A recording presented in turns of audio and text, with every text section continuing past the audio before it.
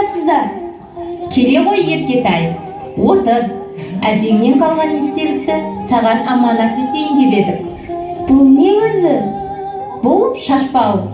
Қыздың көркі шаш, шаштың көркі шашпау мен шолпы. Шашпау мен шолпы таққан қыз шашы қалың, әрі тез өседі. Бойын ұстап, әдемі, әсем болып өседі. Мұны есіңде сақта, Еркетай. Айналай, шашпау таққан қыз қатты жүгірмейді, қатты жүрмейді. Шолпының дауысы қатты шықса, әдепсіз қыз деп атаған. Шашыңды өріп жүр, шашыңды жайма. Шашыңды қос бұрым қылып өсіріп жүрген қыз балаға әдемі жарасады. Шашыңды өргеніміз ұзын, берік болсын дегеніміз. Шолпы таққан себебіміз мезгілсіз жүрістен, ерсі қылықтан аулақ болсын дегеніміз.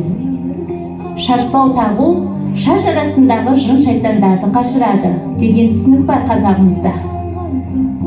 Шолпының ауыр салмағы басты ауыртпайды, емдік қасиетке ие болған. Шолпы салмағының әсерінен шашы ұзын болып өскен. Шолпыны да, шашпауды да бұрым тарқатылмай жинақы болып тұру үшін таққан.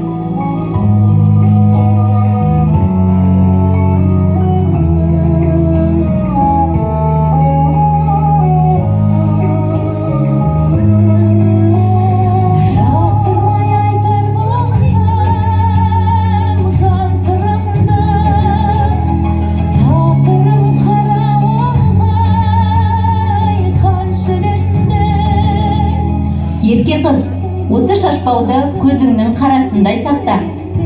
Рахмет, жеңгелер.